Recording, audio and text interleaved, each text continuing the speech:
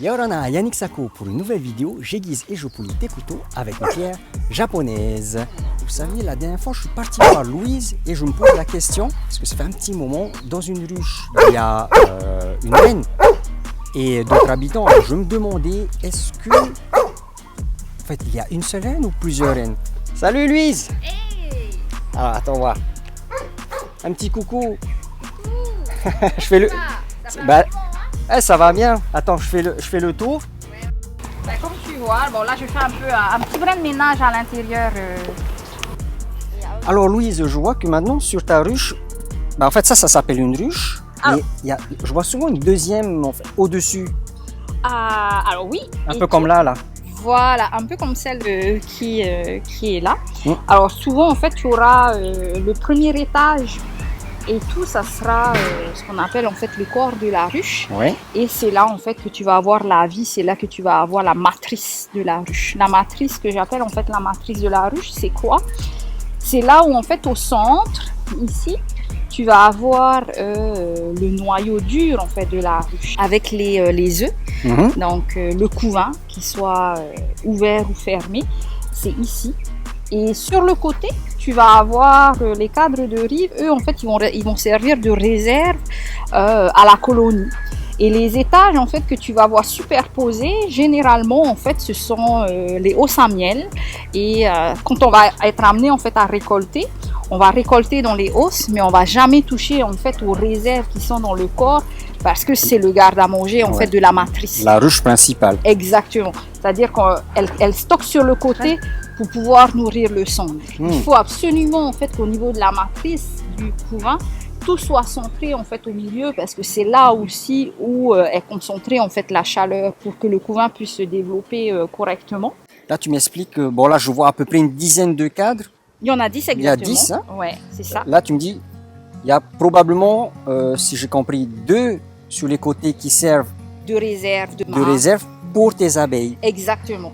Au centre, et généraliser Le couvain, c'est la vie. Le couvain. Exactement, le couvain. Donc, je te propose en fait de sortir un cadre. Et tu utilises la fumée. Voilà, j'utilise en fait l'enfumoir. C'est juste en fait de faire en sorte qu'elle pousse un peu. Ah. Et tout.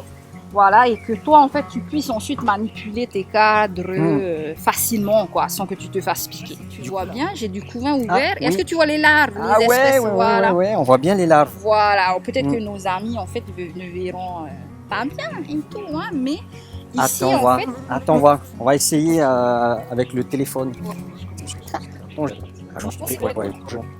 Ok, juste là. Voilà, ici.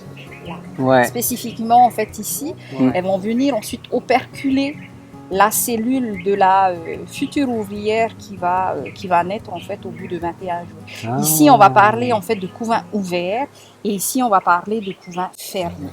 Elles sont à l'intérieur en fait d'une colonie, tu vas avoir trois groupes. Alors pour le premier, pour la reine, on ne va pas parler d'un groupe parce qu'elle est un unique. individu. C'est un individu. Et ensuite, on va parler de l'ouvrière et du faux bourdon, donc qui est le mâle en fait.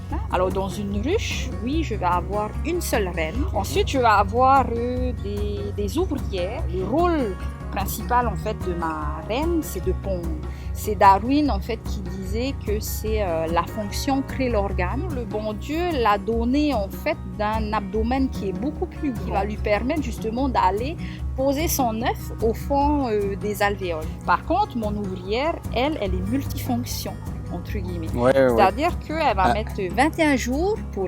Elle est multifonction, un peu comme un couteau suisse. Exactement. Mais c'est exactement ça. Tu sais, c'est mon truc, les couteaux, alors... Voilà. Et ensuite, en fait, on a le faux bourdon.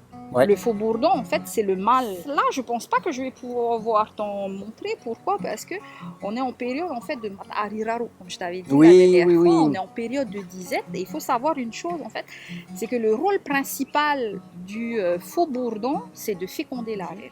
Je suis super content parce qu'à chaque fois que je viens la voir, j'apprends quelque chose. Et on en apprend vraiment tous les jours parce que son métier, il est extraordinaire. Bon, moi, je vous laisse parce que je reçois des couteaux avec un alliage spécial. Donc, je vais aller regarder, étudier un petit peu pour choisir les pierres que je vais utiliser pour aiguiser. Donc je vous en parle pour la prochaine vidéo. A plus! Et en fait, si tu likes ma vidéo avec ce doigt-là, fracasse le bouton like. Si tu aimes le contenu de nos vidéos, tu partages. Et à la prochaine vidéo!